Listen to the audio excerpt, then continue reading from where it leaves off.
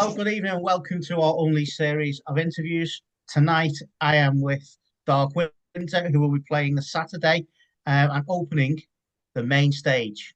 Um, Guys, would you like to introduce yourselves? Yeah, so I'm Timis. I do vocals. I'm Nick Clifford. I do guitars and generally I'm the band dad as well. The band dad, that's like probably the most important role in a band. How's that going looking after a bunch of kids?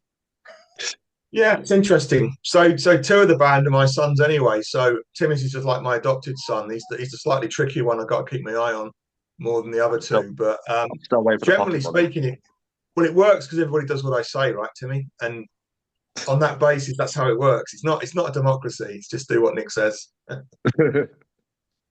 So the dynamics of the band is kind of like a bit like Phil Campbell and the Bastard Sons, then. Pretty much, yeah. Well, let's not get carried away. I've just been doing this a long time, Beany. I've got like over 40 years of gigging and involvement in bands and doing stuff. So the history of this is when Nikki was having a birthday gig last year, JTR put on a birthday gig for her. She said to me at the start of the year, it'd be really great if you could play. And I've been playing for years in a lot of covers and tributes and other projects. But I really fancy doing something with the family and for the family. So we started off just thinking, well, if we could get a group of people together just to play for Nikki's birthday, that'll do. And we started putting them together, and we didn't have a front man. And I reached out to Timis because I just had a funny feeling he might be quite good at this. And lo and behold, we had a storming gig that night at Nikki's birthday at the Salty Dog in Northwich, and we all just looked at each other and said, "Well, we're going to carry on with this, right? This is fun." So here we are, mate. So what made you think of Timmy's then? So obviously, I knew Timmy because of his work with JTR and promotions, and he's a face in the Northwest scene. We got chatty and friendly with JTR because they are by and large based in our hometown in Northwich and put the gigs on that are very local to us. And I think I'd seen him once or twice just hop up with bands and do a little guest spot and do a little shared vocal. And I thought, he can do that. He can do that. And I know he hadn't had the opportunity to sort of front a band before. So we just had a chat and said, just why don't you come down to a rehearsal, give it a whirl. And honestly, just blown away. And anybody who's seen us, who knows Timmy, will just go, I have no idea who that guy is up there. That's not the Timmy I thought I knew. He's a bit of a natural. He's a bit good at this. So, yeah, so far so good, would you say, mate? Yeah, I mean, it's been like overwhelming for me. I've been trying to get in a band for about past 12 years, ever since I went to see Gerb's former band Synapse, and I thought myself, well, do you know what? I really want to just join a band, but at that time I had no musical talent, so I just suddenly just gave up, and then got the opportunity to be a promoter, putting gigs on the Salty Dog in Northwich and Medelamis Street Dog in Winsford, also the Eden in Warrington.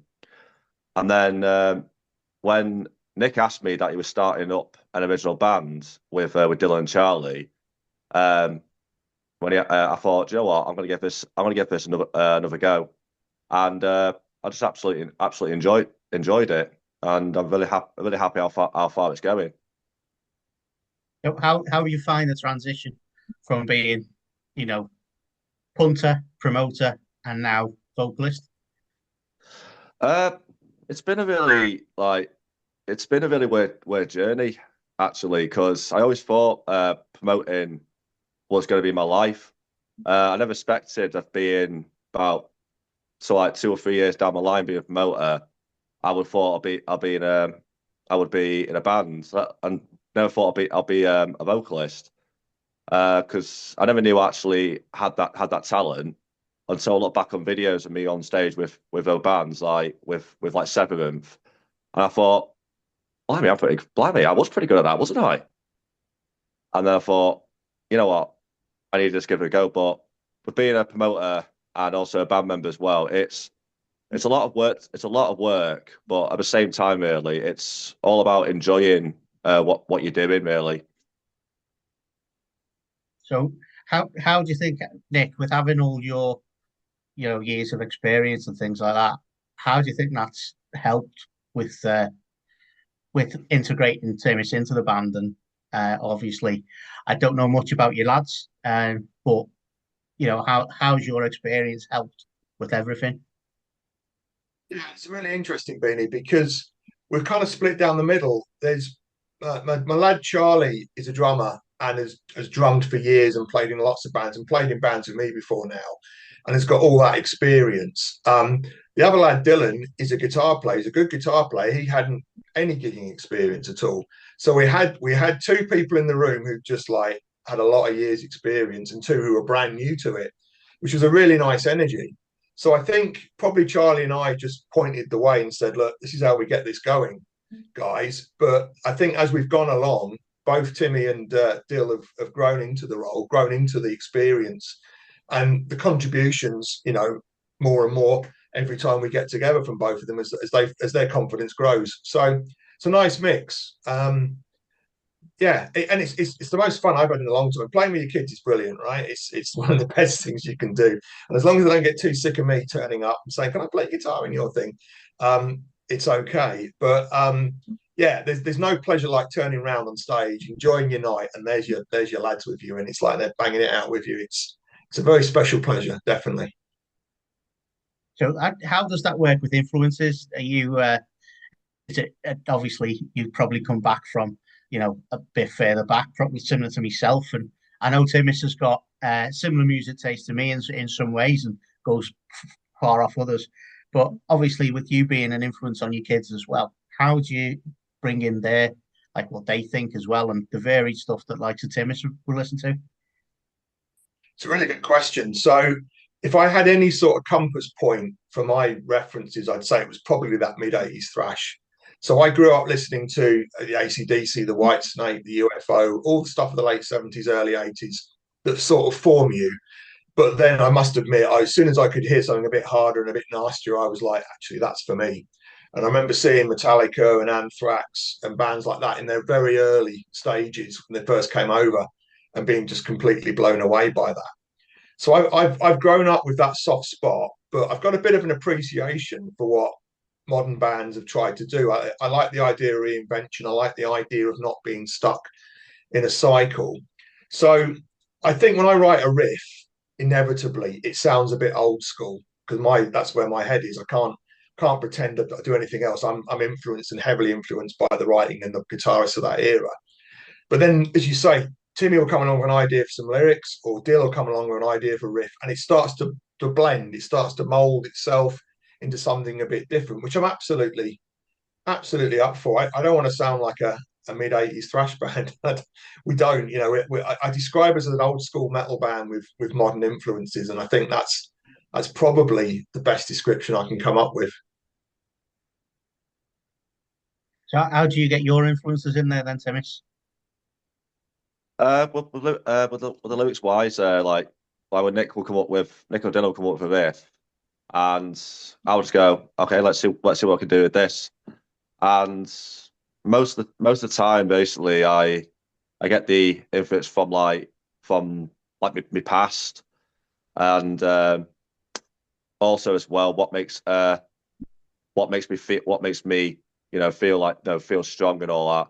Because most of of our lyrics is mostly about it's like a theme, like a battle theme, or sort of like a wintry theme as well. Or it's also about you know keeping strong, never let your demons get to you.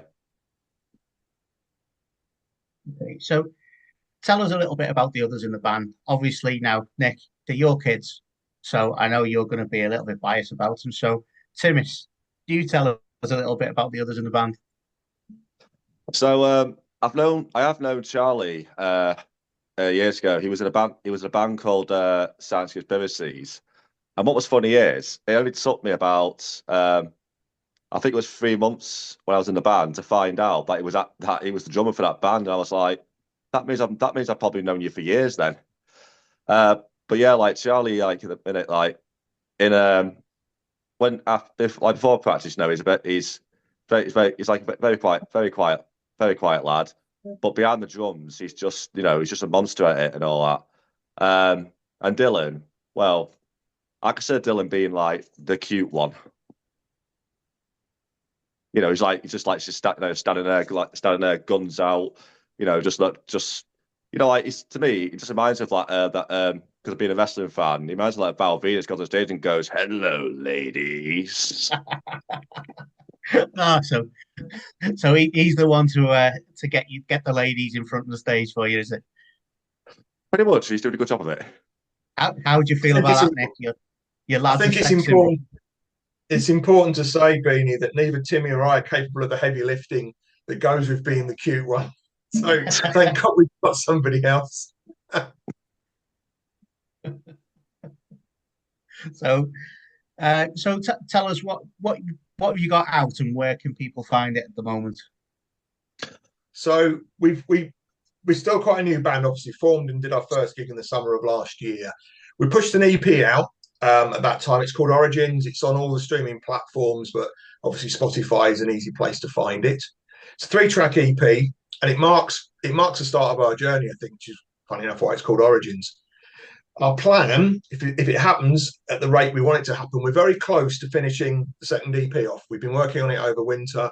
We wanted it out comfortably before Pentrefest. It might be a bit tight, but our plan is still to get the final mixes done, be happy with it, and hopefully have some new music for people to listen to just before Pentrefest. So look out for that second EP that's on its way. And needless to say, we think it's a real statement and that next level that represents where we are now. Right. So, as you know, a lot of people might know, might not, especially in the Northwest. You are both faces in the local scene. Obviously, Timis, you've been a regular at a lot of our shows over the years, and then, you're a promoter and things like that. Tell us, outside of Dark Winter, what have you got going on at the moment? So the minute earlier we in JTR we had a month off just to get all the dates for our next gig sorted. We have our first JTR gig coming up this Friday on Valentine's Day, because usually in JTR each of our birthday months we always put our own gigs on. So this month's is my month, and because my birthday falls on the 24th, which is a Monday, and you also know I am on my birthday weekend. We all know. So I thought to myself, do you know what? I'm gonna put a Valentine's Day gig on, which is gonna be our first one of the year, where we have Blood Achilles, Caprillion, and Macon Blind C. And then we have our first Delamere Street Dog gig, which is on the 7th of March, which is with Any Given Reason, Biomech, and oh no, I forgot. Also, yeah, not in hunger. Sorry, I had to think that it's been a busy start of the year for me. It has. It can be sometimes tricky, can't it? I get brain fogs quite often, as you've seen at the start. So yeah, it does happen. So for those that don't know, and anyone watching now, normally Timis has his birthday weekend at Pentrefest, and this isn't going to be any different, except for he gets to sing "Happy Birthday" to himself from the stage.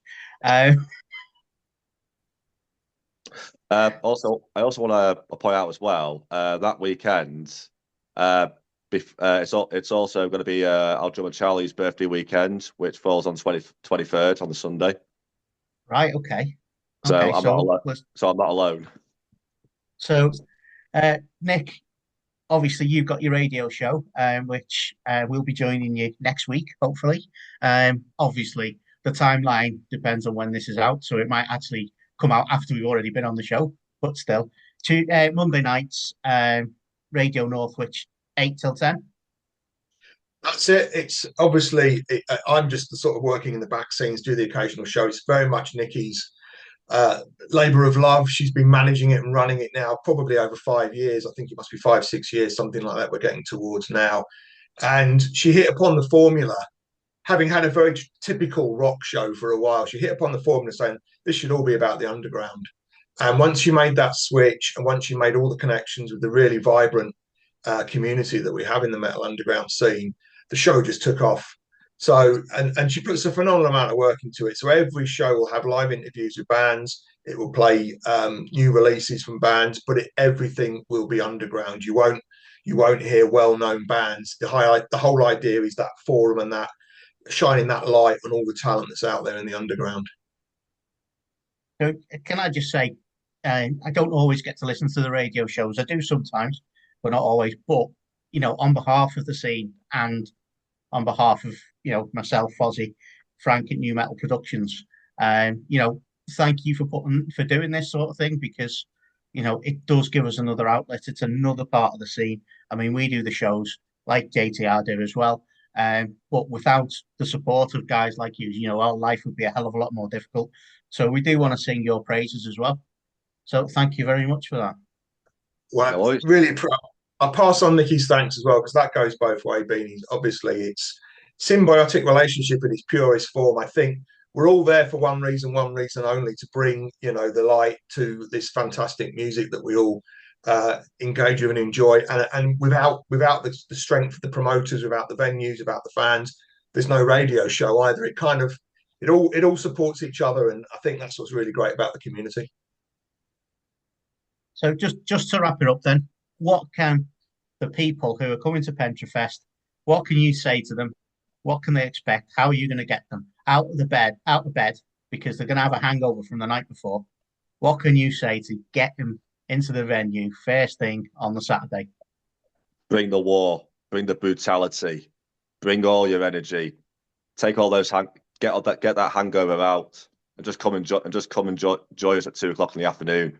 But make sure you have breakfast first and a coffee. Yeah, we're not messing around, folks. We're No. so stoked, so proud to be part of Pentrefest. Can't wait to land there. We're not going to mess about, guys. We're turning up and we're hammering it. So come and join us and be with us in that moment. That's brilliant. So thanks for that. I just want to touch on as well. You will also be participating in our Metal to the Masses up in Excess in Wrexham. Obviously, Tim, you've done some standing judging in that for us and things like that. So, how's this going to feel for you?